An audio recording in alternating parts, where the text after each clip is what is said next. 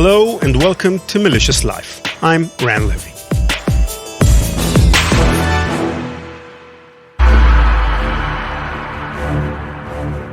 The widespread failures provoked the evacuation of office buildings, stranded thousands of commuters. Thousands of subway passengers in New York City had to be evacuated from tunnels, and commuter trains also came to a halt. The police were evacuating people trapped in elevators. Telephone service was disrupted. Cash dispensing telemachines were also knocked out, so people who did not have cash on hand could not buy flashlights, batteries, or other supplies. For people with medical problems, the blackout added another layer of anxiety. Emergency rooms were flooded with patients with heat and heart ailments. At Harlem Hospital, a spokeswoman said that a number of pedestrians had been hit by cars because traffic lights were out. So there was no air conditioning, no television, no computers. There was Times Square without its neon glow and Broadway marquees without their incandescence. All the shows were cancelled. So was the Mets game against the San Francisco Giants at Shea Stadium. And there was a skyline that had never looked quite the way it did last night. The long taut strings of the bridges were dark, the red eyes that usually blink at the very top, not red, not blinking.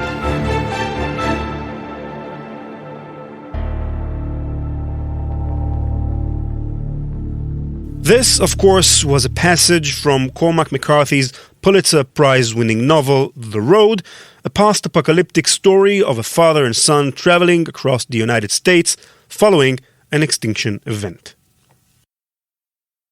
Okay, I lied. That wasn't fiction at all. Those were excerpts from the New York Times article on the 2003 Northeast power outage. But you believed me for a second there, didn't you? In 2003, an entire power grid from the Midwestern United States up through the Ontario province of Canada and over to the American East Coast went down, cutting light and water for upwards of 50 million people. The incident was a lesson in how a connected world is liable to face collective problems and how more reliance on large-scale technologies means more vulnerability to large-scale problems. The 2003 Northeast blackout was initiated by a tiny software bug in the computers of an energy company in suburban Ohio called First Energy. This bug froze First Energy's alarms control system for over an hour, but First Energy's engineers failed to notice it because, well, they had no alarms to warn them. As the machines stalled, unprocessed events in the system queued up like a long line of people waiting to voice their complaints, ultimately shutting down their servers within half an hour. Then, in turn, the backup servers went down. With no visible signs of any problems, First Energy dismissed a call from American Electric Power regarding a downed 345 kilovolt power line. That line turned out to have overheated from an excess of demand, causing it to sag into a group of untrimmed trees and shutting it down entirely. Its electricity then had to be distributed to other lines, which shut down in turn. As the problem webbed out from suburban Ohio, connected yet independently run systems around the Northeast experienced the fallout of these original few faulty lines, and coupled with the lack of coordination between managing companies, whole plants began to shut down in order to save their own equipment from damage. In all, the innocuous problem that began in Little Eastlake, Ohio, would almost entirely shut down an area equivalent to a medium-sized country. The obscurity of this whole conundrum initially led to speculation about whether it could have been the work of hackers with bad intentions. In New York City, with tensions still lingering from 9/11, the ambiguity of the problem led the NYPD to act in accordance with its terrorism prevention measures. Many others thought it could have been the work of Chinese hackers, a theory that got quickly debunked. The reality was that no one was aptly prepared for an event like this, so blame was being thrown about in the face of what was really just confusion. Some in the government even blamed Canada for having caused the issue, presumably because, well, it's Canada. What are they going to do about it? But the speculation about what happened is itself important for one main reason. All those things we could imagine as having caused it could very well have caused it. Chinese hackers is an easy scapegoat, but the fact is we couldn't prove that theory wrong until we did. It very much could be that the next major blackout in the US or anywhere else could be caused by hackers. So let's start with a simple question. How likely is it that our power grid has already been breached and that the enemies of the United States are running spyware and other malware in our networks? We interviewed a number of experts in the field and asked them all this same question. Every one of them, without exception, gave the same answer. I would assume it's very likely. It's highly plausible. And as a matter of fact, it's probably an absolute. They're probably right. The power grid is a very tempting target for cyber attacks. It is essential for the proper conduct of the states on the one hand, and on the other, it's very complex and difficult to defend. The US power grid consists of more than 7,000 power plants, 55,000 substations, and millions of miles of transmission lines at different voltage levels. More than 3,000 companies and organizations maintain proper power supply in real time, 7 days a week, 365 days a year. This technological and organizational complexity, combined with the extensive geographic dispersion of the electricity transmission system, creates a very wide surface area for a cyber attack, making the protection of the system awfully difficult. But the main question I want to ask in this episode is, to what extent is the electricity grid really vulnerable? After all, the people who build and maintain the electricity grid are not oblivious. They know that a cyber attack is not the only threat to the network, and perhaps not even the worst. Natural disasters and malfunctions are a constant specter for the proper supply of electricity, so the grid was designed and built to take into account these challenges. For example, when Hurricane Harvey hit the southeastern United States at the end of August 2017, it shut down several power plants and collapsed thousands of electricity poles, leaving millions of people all over Texas and Louisiana without electricity. But on September 9th, less than 20 days later, electricity was restored to 96% of consumers. So maybe our electricity grid is more resilient than we give it credit for. Does the electricity grid have any characteristics that make life difficult for anyone trying to harm it? Until recently, this question was entirely theoretical. Although our electrical system has relied on electronic command and control systems for half a century now, no one was trying to down it back in the 1960s. To the extent that there were hackers who broke into electricity utilities' computer networks, none were nation-state actors trying to damage the electricity grid and disable the power supply to consumers. But on December 23, 2015, we had a rare glimpse into the future. The first documented case of a cyber attack on an electrical power facility that led to a loss of electricity.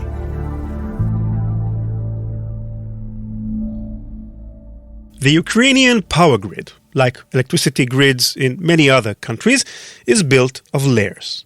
At the top of the pyramid, there are a small number of power plants which contain generators that produce electricity. At the bottom end of the pyramid are the consumers. Between them is a complex network of transmission and distribution subsystems whose function it is to transport electricity from the power stations to consumers and to ensure that the load is uniformly distributed throughout the system. Ukraine is divided into 24 regions, and each of them has a company that is responsible for the distribution system in its region. Imagine a tree. The power plants are the trunk, the consumers are the leaves, and the distribution companies are the branches. Yonatan Striem-Amit is the CTO of Cyberizon, and he is here to explain to us the fundamental architecture of a computer network in an industrial plant, such as an electric distribution substation, and the information security challenges that come with it. I mean, most power grids are built as a classical manufacturing operation, which means they have an IT network, which is where they operate, which is where the management and people work day to day, and they have an OT network, which is the industrial control system, industrial control mechanism that controls all the power grid information. So the biggest impact, the biggest challenge is what's called the air gap challenge, being able to hop over from the IT network, which is often connected to the internet, to the OT network, often disconnected completely. Now, put yourself in the shoes of a IT manager in a power grid. Having the fact that he has two separate networks impacts his ability to operate on a daily basis. Everyone, for example, makes it difficult. Makes it difficult. Yeah. So there's a constant pull to say, let's connect, let's make everything more open, and make everything more easy to use. Of course, once he does that, if he's not designing for security, then the work for the hacker becomes so much easier. For example, if in the standard example, somebody passes USB sticks every morning between computers. He comes in the morning, puts a disk on key or a USB stick in his IT-based computer, copies some files, and then plugs the same thing to his OT network. Naturally, the gap becomes much, much, much narrower. Mm-hmm. IT managers in the Ukrainian distribution companies faced the same dilemma described by Yonatan.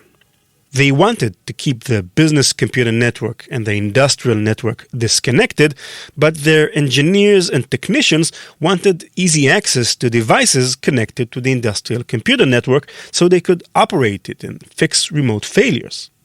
In the end, convenience prevailed. Workers were able to connect the industrial network from the business network and even from their homes. The air gap between the sensitive industrial network and the business network was effectively nullified. In April 2015, an unknown number of employees in 3 such distribution companies fell victim to a spear phishing attack. Emails containing Word and Excel documents were sent to a large number of employees, and those who fell for them and opened the documents had a malware called Black Energy installed on their computers. Although it has the name Energy in its name, Black Energy is not an attack tool specifically designed for energy infrastructures. It began its life in 2007 as a malware used in DDoS attacks. Its developer, a hacker named Crash, sold the source code to someone else for $700, and the malware moved through the black market for several years. In 2014, it fell into the hands of a group of hackers who turned it into an industrial espionage tool and used it to attack a number of Ukrainian companies, mostly in the field of rail transportation and communications. These, or perhaps other attackers, also tried to use it against a number of power utilities in the United States, but without success.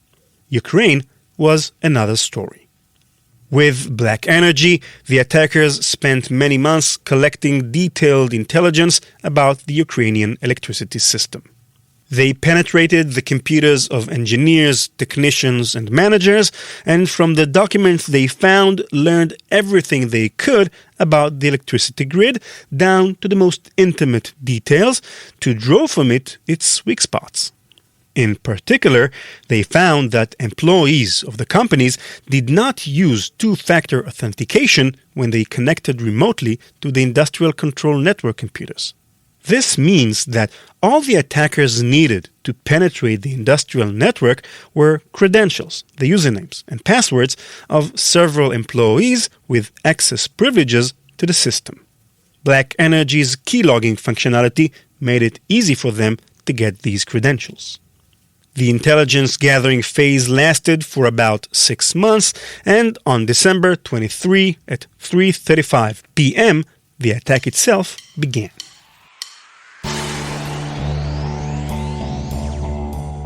In the control centers of the 3 distribution companies, technicians were surprised to discover that their computers were no longer under their control.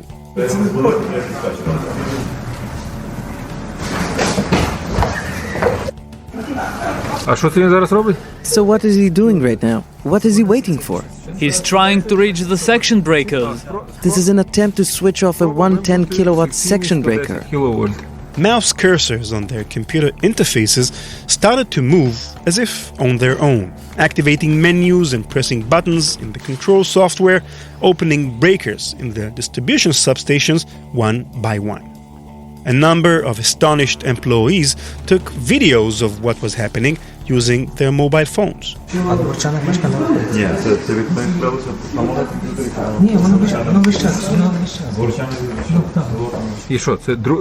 Well, what? He's trying the same thing again with a 110 circuit.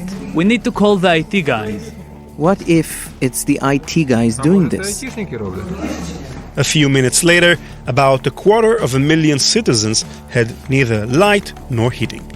In one case, the electricity even disappeared in the control center itself, leaving the stunned technicians in a dark, quiet room. Next came the burning the bridges phase. Breakers in the distribution subsystems are controlled by devices called serial converters. These are devices that translate the commands received from the control center via Ethernet into serial signals that the industrial control devices can understand. These serial converters are controlled by firmware. The attackers deleted the original firmware and replaced it with their own firmware that prevented the technicians in the control center from accessing those breakers and closing them again. If we think of a serial converter as a sort of a bridge between the Ethernet and control devices, you now know why disabling them is equivalent to burning bridges. At the same time, the attacker used malware called disk kill, which erased important files on the hard disks of the computers in the control centers and totally destroyed their operating systems. Much like the sabotage of the serial converters, this action also made it harder for the technicians to regain control of the system, while at the same time obscuring any traces of the attackers. Finally, as a final step, the hackers launched a DDoS attack against the distribution company's telephone service centers. Thousands of false calls caused phones to ring non-stop, preventing service to the hundreds of anxious and angry customers wanting to report the outage and receive information. I suppose some of you are probably asking yourself, how could the attackers manage to take control of the industrial control network so easily and replace the firmware code of critical components? We posed this question to Paul Brager, Technical Product Security Leader at Baker Hughes, a GE company. We spend a lot of time working with and being concerned about physical attacks. Bombs, terrorists walking into a facility, blowing them up, someone driving a car into something and blowing them up. And because of that, many of the industrial components and industrial tools that are out there are not. They were built with that in mind. They were built more with resilience in mind, as opposed to actually cyber. Now that there's become more of a need for data to be transferred out of those environments and be used as part of business decisions, obviously you're starting to enable internet-enabled infrastructure that wasn't traditionally designed to be that way. And, you see that in oil and gas, you see that in chemical, you see that in manufacturing. You see that in wastewater and wastewater management, and infrastructures again that are vital, not only to America's national interests or national security interests, but certainly vital to the very survival of American citizens. As I had mentioned before, because these systems were not designed originally to be internet facing, they often don't have a lot of the common safeguards that you would expect in general IT systems. The software that runs on many of these components, may have buffer overflows. They may have inherent vulnerabilities that the development the development teams didn't have to worry about because there was no expectation that these systems would ever be exploited or ever be interacted with, other than with someone standing physically in front of it. Graham Cluley, a British security researcher who has been on our show several times, explains that part of the problem is the fundamental mindset of energy companies that prioritize availability over security. So it works like this. With a regular company, the most important thing of all is confidentiality. They want to keep the details, the data, the payment card information, the passwords. They want to keep that all absolutely top secret. So that's at the top of the triangle. And then they're thinking about, well, we need to maintain the integrity of the information. We need to make sure that someone isn't coming in and altering it in some way, because that would obviously be damaging as well. And finally, the thing at the bottom is availability. It doesn't actually matter if it goes down for a couple of hours, but we want it to be available most of the time. So that's that little pyramid. But what happens when you look at industrial control systems and energy grid and places like that is you've got to turn that triangle upside down. The most important thing for them is that the power never ever goes off.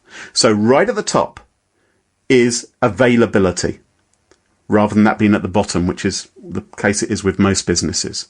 Then you're dealing with integrity, and finally you're dealing with confidentiality. So security is turned upside down. And that, as a consequence, means that those organizations, the industrial organizations, the last thing they want to do is reboot the system or apply a patch or change anything because, hey, it's working at the moment, let's not mess with it. Because if every time we change something, there's a chance we might break it.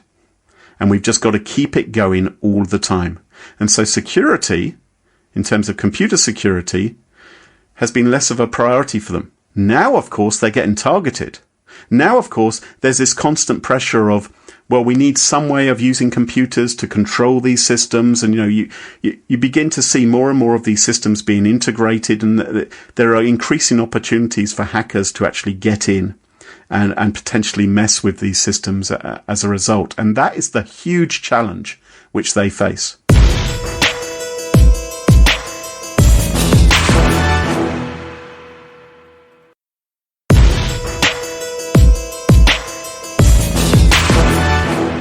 So, to sum up Paul and Graham's words, energy companies face a dual challenge.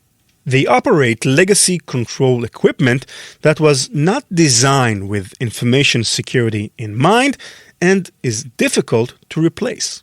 In addition, they are committed to near-perfect availability that greatly limits their willingness and ability to upgrade or redesign the system to be more secure. But to the Ukrainian distribution company's credit, their response to the attack was unusually quick and efficient. When the engineers and technicians realized what was happening, they quickly drove down to the actual distribution subsystems themselves and closed the breakers manually. In the end, the technicians managed to restore electricity to all of the affected areas within only 6 hours. In a detailed study of the event published by the SANS Institute, an organization that specializes in cybersecurity training, the researchers note favorably the function of the workers during the event. Quote, "In many ways, the Ukrainian companies and their staff, as well as the involved Ukrainian government members, deserve congratulations. This attack was a world first in many ways, and the Ukrainian response was impressive with all aspects considered." End quote.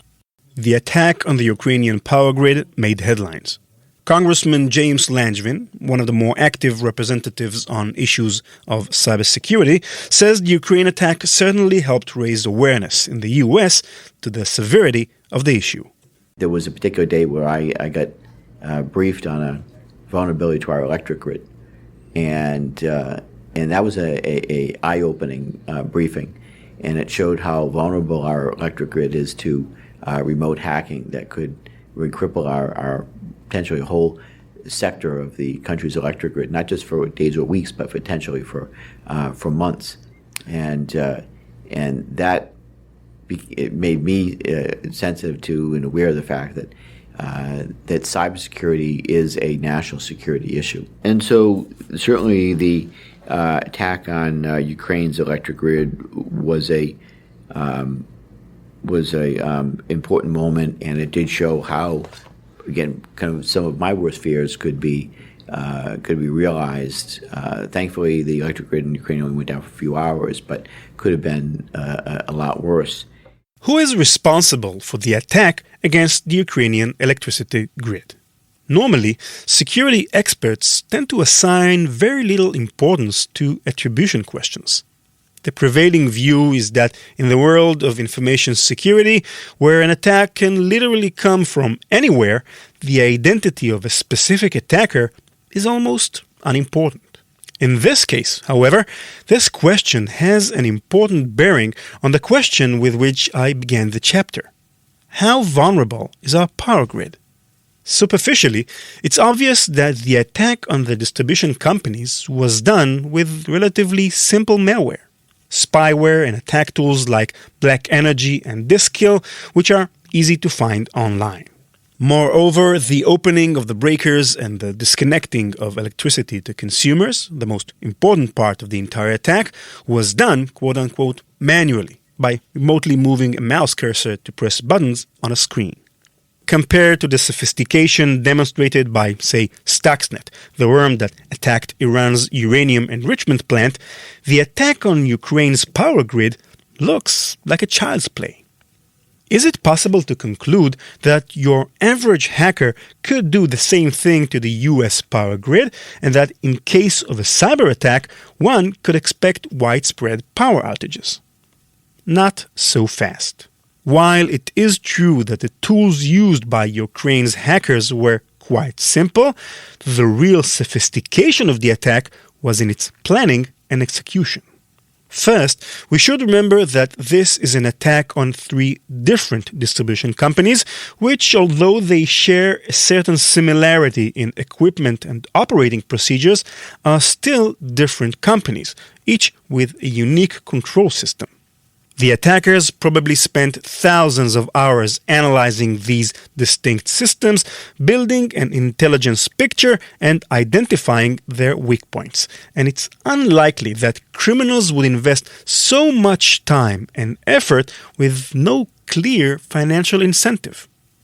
Second, writing the firmware code that destroyed the serial converters, the bridges between the Ethernet network and the mechanical breakers, requires considerable skill and intimate familiarity with these devices, which are rarely used outside the industrial world.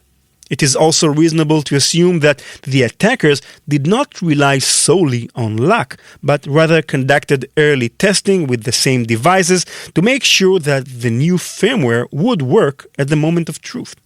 Again, learning such specific skills and setting up elaborate test benches isn't something a criminal hacker is likely to do.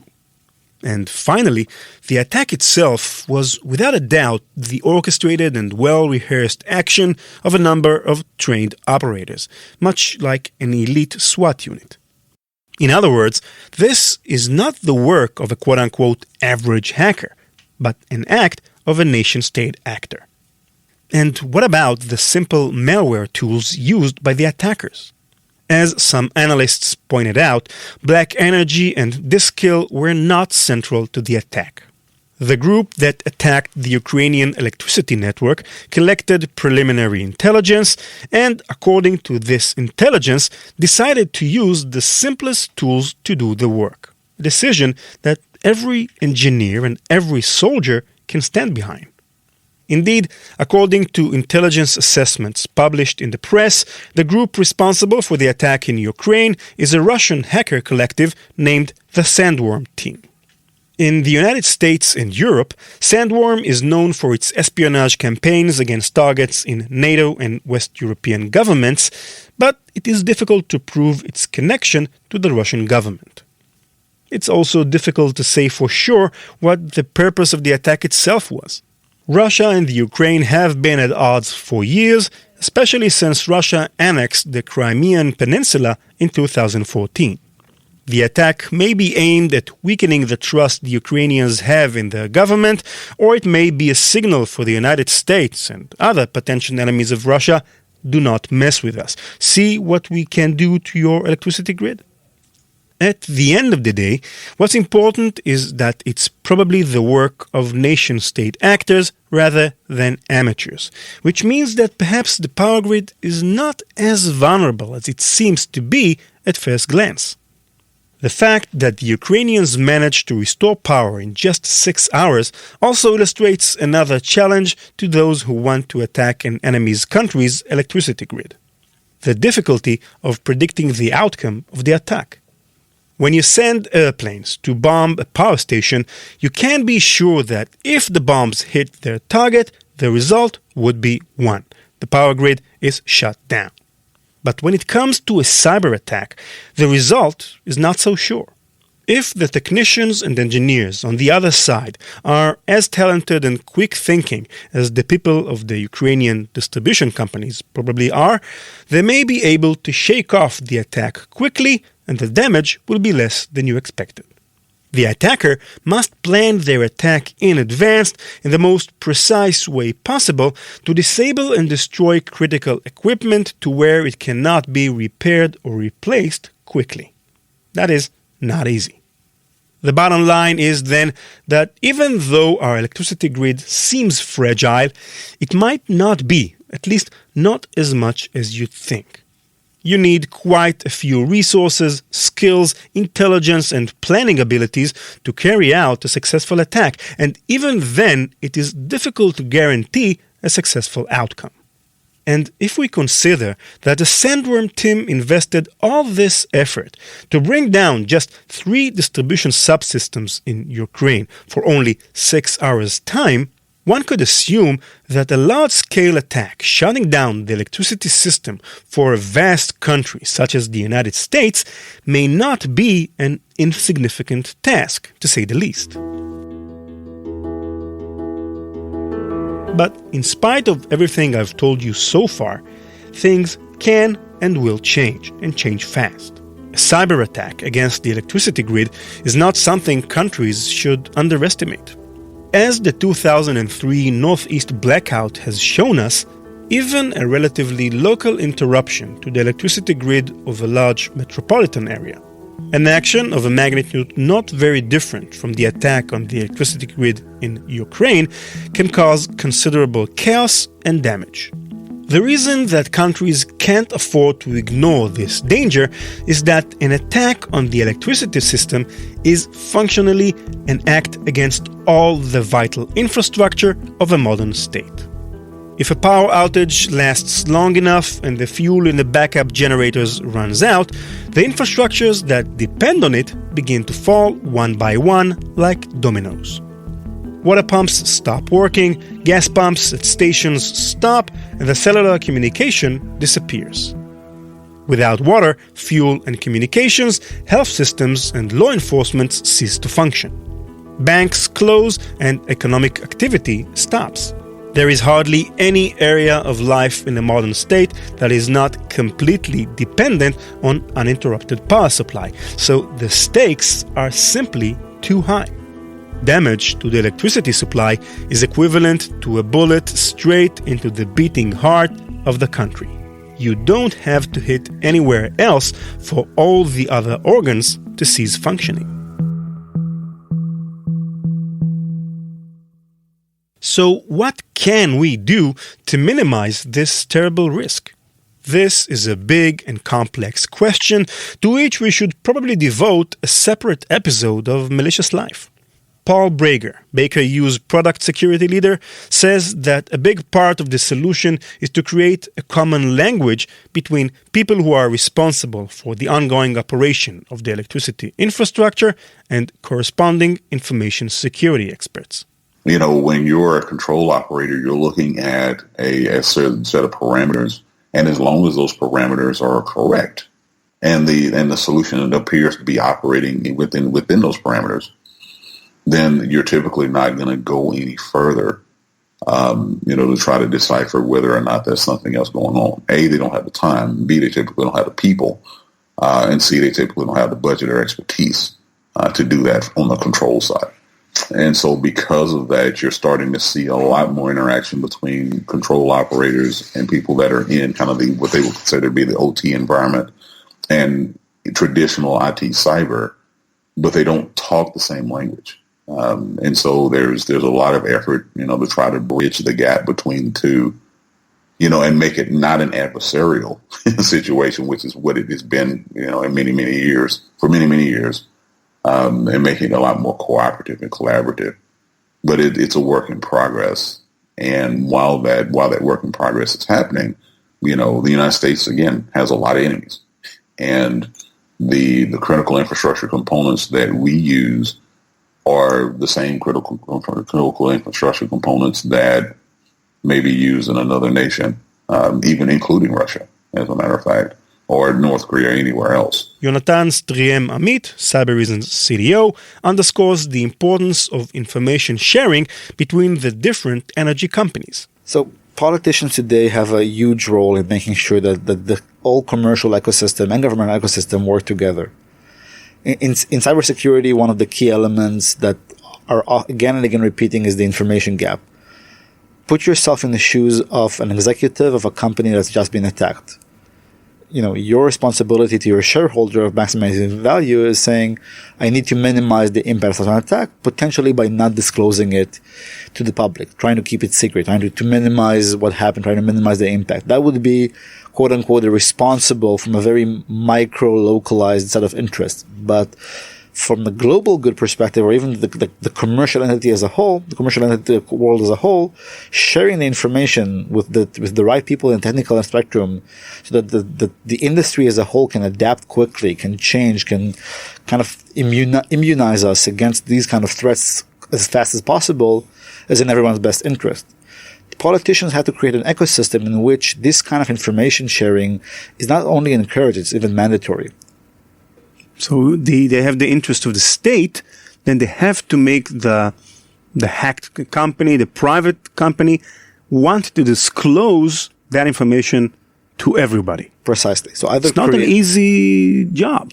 It is very challenging. One of the best way to do that is to create kind of closed forums for industry experts, industry companies, where sharing is kind of safe from the public outcry in a sense. The other is, of course, creating an ecosystem where you have to share that information as part of public companies' requirements for the public. So that kind of like secure forums. This is a secure place for companies or like IT experts within the companies to share information of their being hacked or maybe vulnerabilities they discovered, so that other companies would be aware of those vulnerabilities, for example, right? Precisely. So in the States, we have a lot of what's called ISACs, information sharing groups. We have the financial services ISAC, we have the healthcare ISAC. These are self-created information sharing bodies within the industry. For example, in the financial services ISAC, FS-ISAC, people and the security staff within companies feel free to share with each other information about the attacks, knowing that in order to get into these forums, you have to be a security practitioner in one of a few select set of banks. So they feel that they're financial services companies. They feel more safe to share. Making this a governmental-based requirement and making sure that security experts from the industry are invited in will have a very impactful outcome on our ability as the whole industry to adapt quickly to cyber threats on a national information system. These two initiatives, improving communications between operations and IT and improving the flow of information between companies and organizations, are probably only a fraction of the actions countries need to make to ensure their power grid is safe from cyber attack. In the meantime, it seems that such an attack requires a relatively high level of skill and sophistication. But the tools and software used by the attackers are constantly improving. Will we be able to secure our electricity grid in time?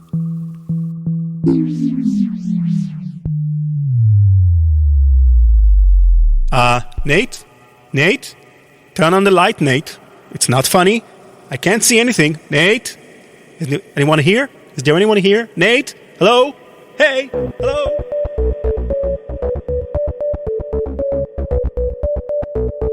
That's it. Thank you for listening, and thanks to all of you who emailed and tweeted to me to say how much you enjoy the podcast. To Lenny, Mike, Pavo, Daniela Ristovsky, and many, many others. Thank you very much.